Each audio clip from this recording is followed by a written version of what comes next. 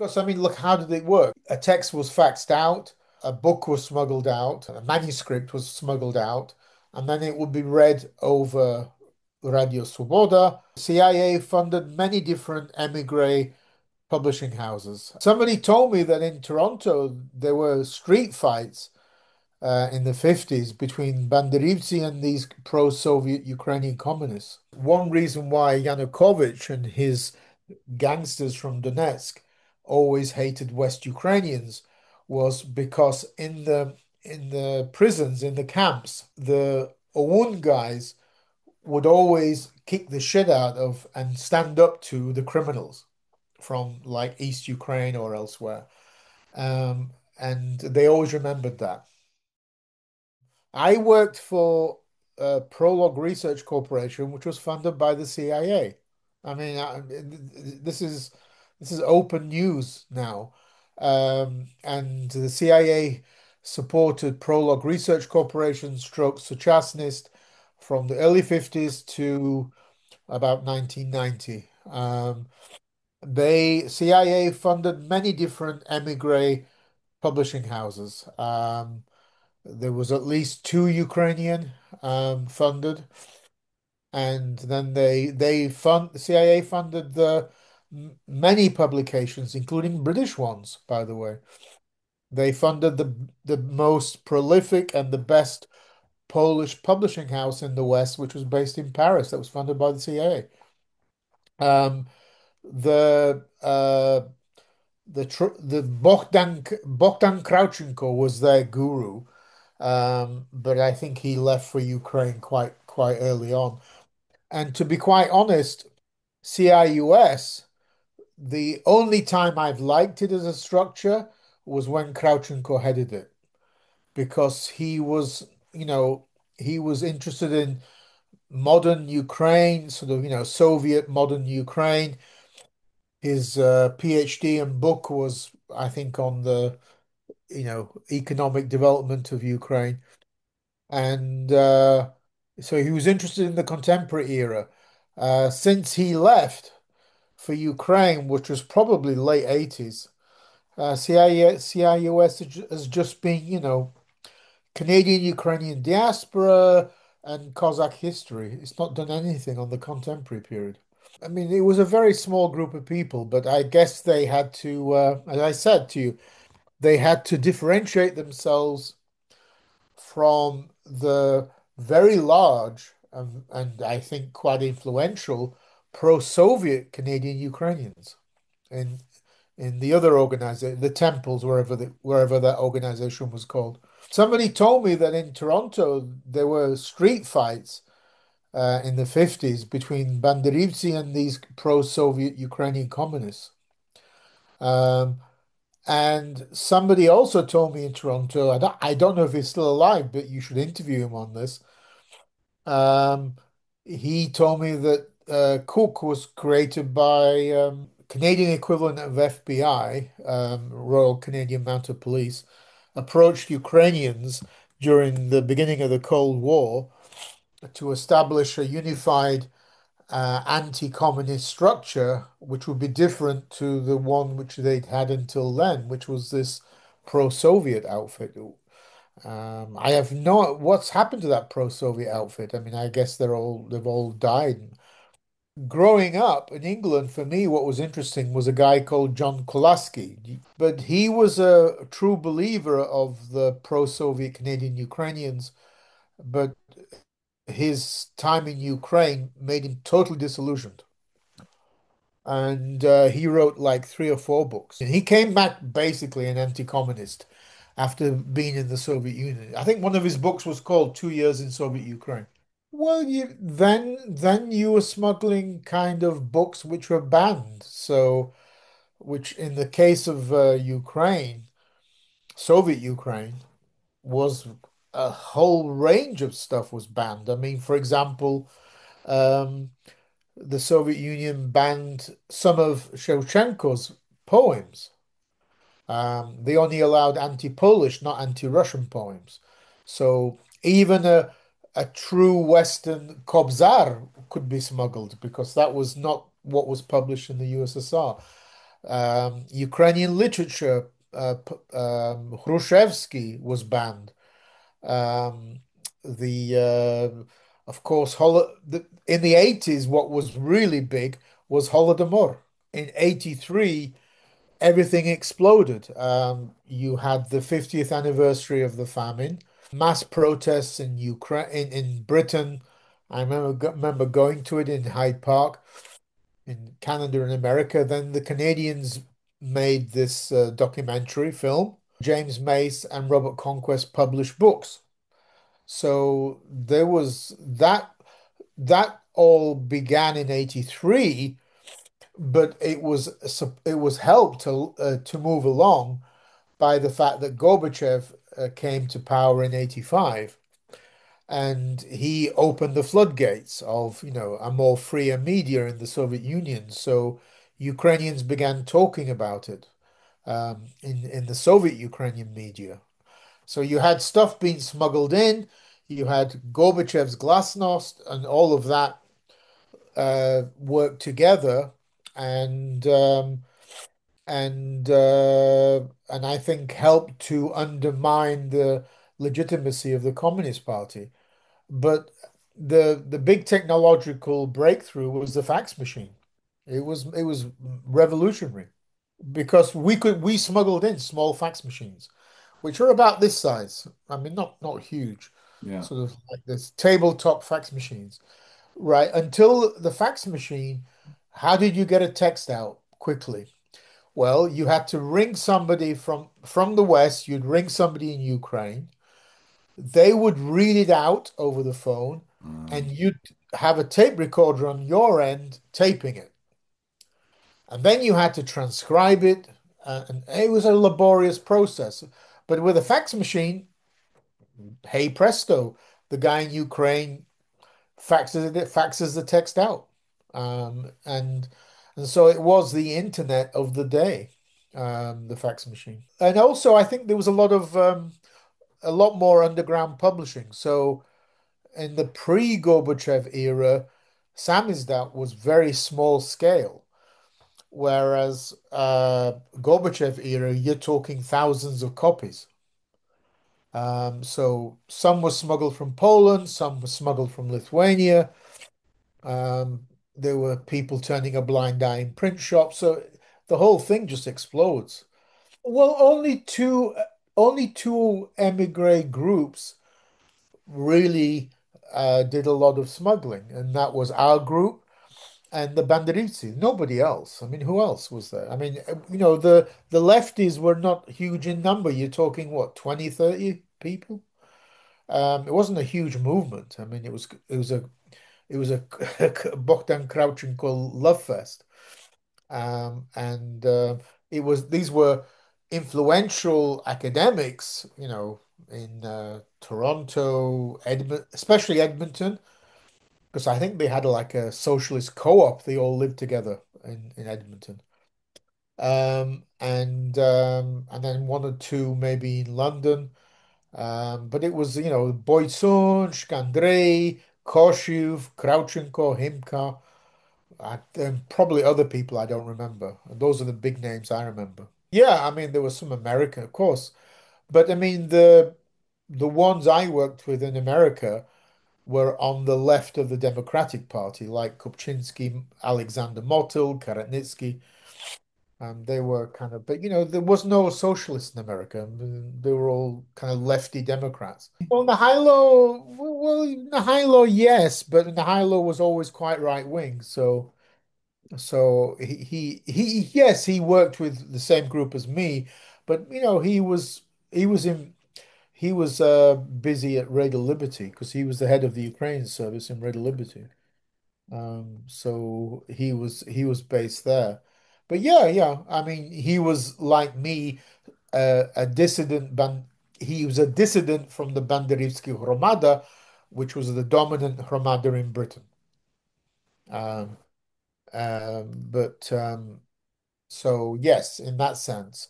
But he was at Red Liberty, and then he moved to the United Nations in Geneva. So he was out of the game for a long period. But in the 80s, he was He was head of Radio Svoboda, and then he left, and then Kupczynski became head of Radio Svoboda. I think Radio Liberty included a lot of, shall we say, the intellectuals of the diaspora, and they were obviously part of the entire process of anti-communist uh, media and propaganda and stuff. So yes, because I mean, look, how did it work? I mean, a text was faxed out, or a book was smuggled out, a manuscript was smuggled out, and then it would be read over Radio Swoboda, as well as, of course, Radio Canada International and uh, and Voice of America, and then it would be beamed back to Ukraine. So it was a circular process. The guy, he's probably dead by now. Petro Potocny, is he still alive? I doubt it. Oh, yeah, I think he Well, is. you should interview him about all this. Interview him before he dies, because he was a bona fide member of UPA. He was from our ideological group, so kind of moderates. But he edited Litopis UPA for decades, Yeah. and that kind of integrated our group and the Banderivci. Before the internet era, there was not that much cross-fertilization between media. I mean, you guys had your media, and the only time it began to arrive in Britain was maybe in the 90s a bit. Then I would get Ukrainian Echo, not Ukraine, Visty z Ukraine from Edmonton and maybe a few other papers. But the person to talk to about the whole Dialog era is Kravchenko, if you can get hold of him. But he's completely out of the picture for a long period of time. I'm sure Himkar or somebody has, but he would be a great person to interview about that whole non-anti-Soviet left-wing movement because it was very unique to Canada. It didn't happen anywhere else. Because what happened was there was two committees on political prisoners. There was one called Committee in Defense of Soviet Political Prisoners, which was in North America. And then there was Committee in Defense of Ukrainian Political Prisoners, which was mainly Britain, but that was Banderivtsi. And they created theirs in response to this Committee in Defense of Soviet Political Prisoners. And the Committee in Defense of Soviet Political Prisoners in Canada was dominated by these lefties, anti-Soviet lefties. And the one in America was dominated by uh, the Karatnitskis, the Motils, Kupczynskis, those kind of people. So left-wing Democrats. It was a kind of a different picture because I mean these were New York Ukrainian Democrats. So New York was always quite left-wing on the American political stage. Ukrainstvo, as the Russians call it, um, that whole Ukrainian idea wasn't extinguished. I mean, it was kept alive, both inside Ukraine, because Ukraine had the biggest dissident movement in the Soviet Union, and in the West. I mean, it made Ukraine very different to Belarus, which was far more Soviet, far more Russified, hardly any dissident movement. And the Belarusian diaspora was quite weak. I mean, Ukraine had a very powerful diaspora. Then the Ukrainians in Canada were influential. I mean, they're not, I didn't find them influential when I was in Canada, but in the Cold War, they were influential. To me, what was crucial was that Stalin created the seeds for the future destruction of the Soviet Union. In 1919, Western and Eastern Ukraine tried to unite. It didn't last long because, the Polyaki invaded, the Russians are invading, but they tried and they failed. Then Stalin unites Ukraine in 1939.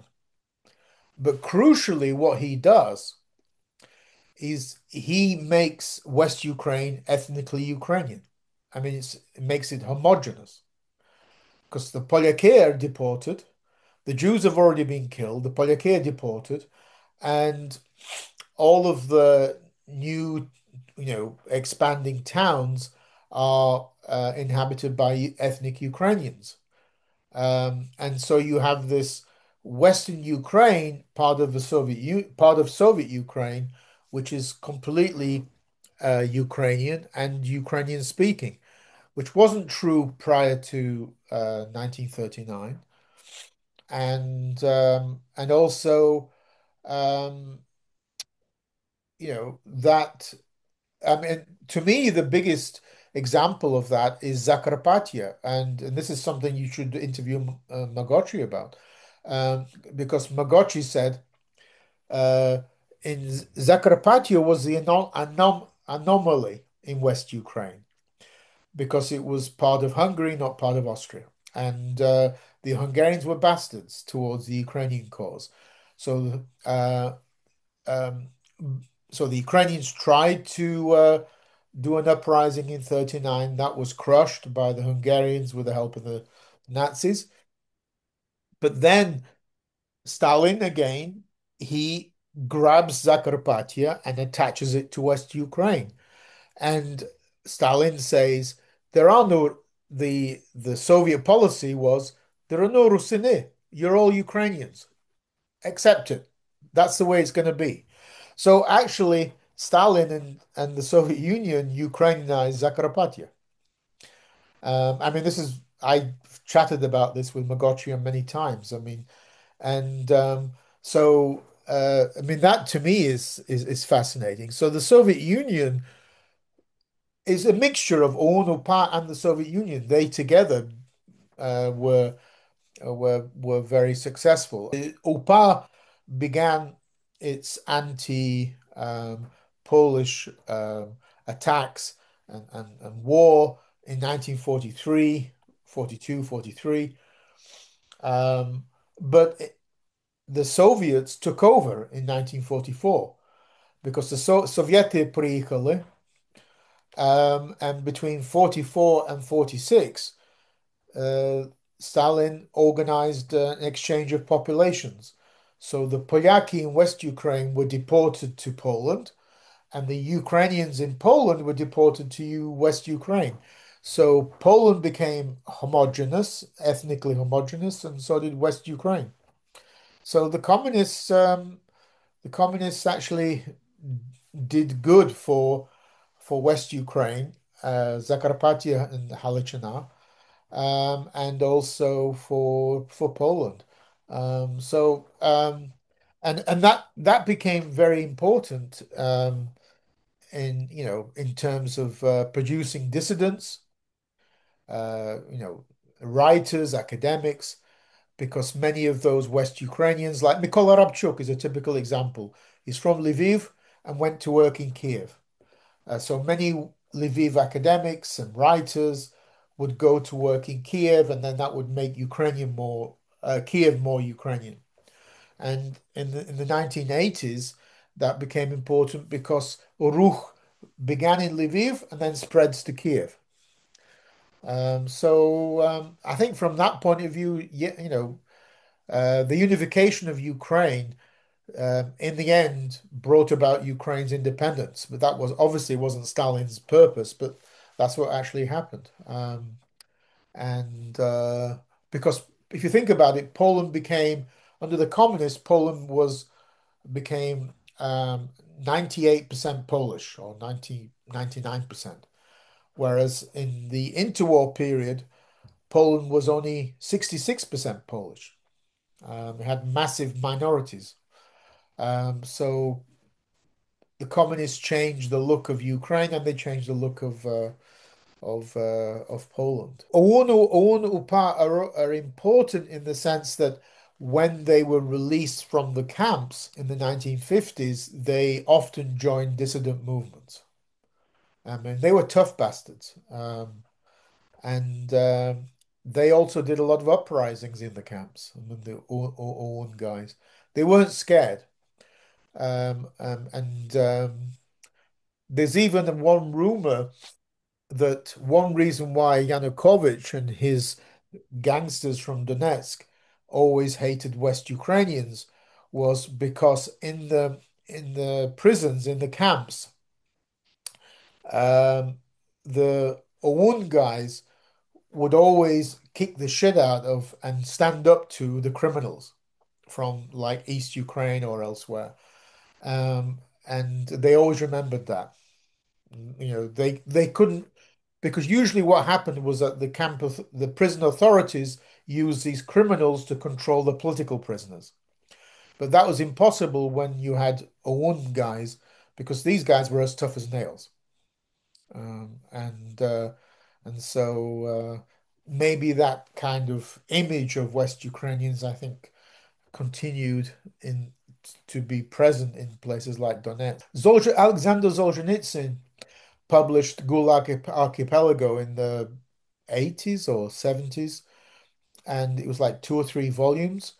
And he talks about the Ukrainian nationalists in the Gulag. He says these guys were he didn't agree with them, but he had respect because they were tough, and they stood up to the camp authorities, to the criminals, and they did quite a few uprisings. So when they came out of when they were made free in the sort of Khrushchev era in the 50s, they did help to rebuild dissident movements because they weren't scared. I mean, um, and um, and often they did that in East Ukraine because they weren't allowed to go back to live in West Ukraine. So they had to go to places like Kharkiv or Dnipropetrovsk. So I mean, all of these things are important. Um, but um, but you know, the irony is today Lviv and places like that in West Ukraine are completely Ukrainian speaking and Ukrainian because of Stalin and the communists and the Soviet Union. That wasn't the case in the prior to 1939. All the big cities in West Ukraine were dominated by Poles and Jews.